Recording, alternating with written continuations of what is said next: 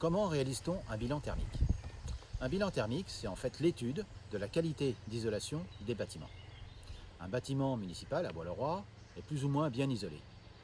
Même des bâtiments neufs, j'ai eu des témoignages de personnes qui se disaient être dans l'inconfort en été ou en hiver par rapport à l'environnement thermique du bâtiment.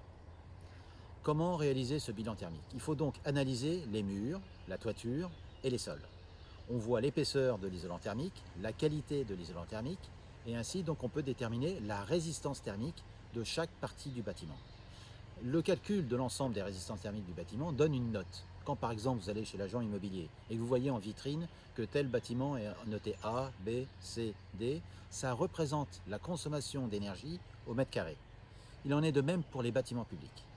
Il est regrettable, bien entendu, que lorsque, par exemple, du comité technique sur la nouvelle médiathèque, l'architecte qui présentait lors de cette réunion technique son projet aux élus que nous étions, il n'avait même pas les informations sur les résistances thermiques du bâtiment. J'ai posé ensuite la question pour savoir où est-ce qu'on en était avec ce projet et les résistances thermiques, pour connaître la performance énergétique du bâtiment.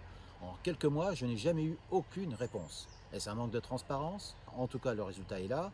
Nous avons donc des projets de construction où les élus, les professionnels, ne mettent pas la performance énergétique en avant. La seule phrase qu'a dit l'architecte, c'était « le bâtiment est bien isolé ». Ça n'est pas suffisant. Si on veut une vraie transition énergétique, si on veut une vraie protection de l'environnement, il ne faut pas faire semblant, il faut agir réellement. Et la résistance thermique, c'est l'indicateur principal pour connaître la qualité d'isolation thermique des bâtiments.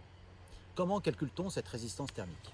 Alors, sans rentrer trop dans la technique, c'est l'épaisseur exprimée en mètres du matériau isolant divisé par la qualité du matériau isolant qu'on appelle le lambda. Voilà. Et donc ça vous donne un chiffre, qui est ce qu'on appelle donc le RT, la résistance thermique.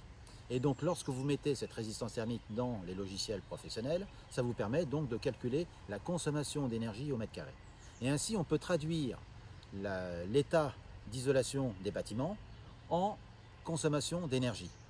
Ça permet ainsi de pouvoir mettre en place une politique de sélection en prenant les bâtiments les moins bien isolés, en commençant l'isolation thermique sur ces bâtiments, et ainsi on va améliorer la performance énergétique du patrimoine immobilier de la commune.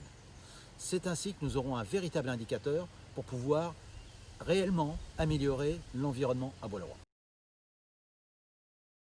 Le 28 juin, votez pour réussir ensemble avec les BACO. Merci.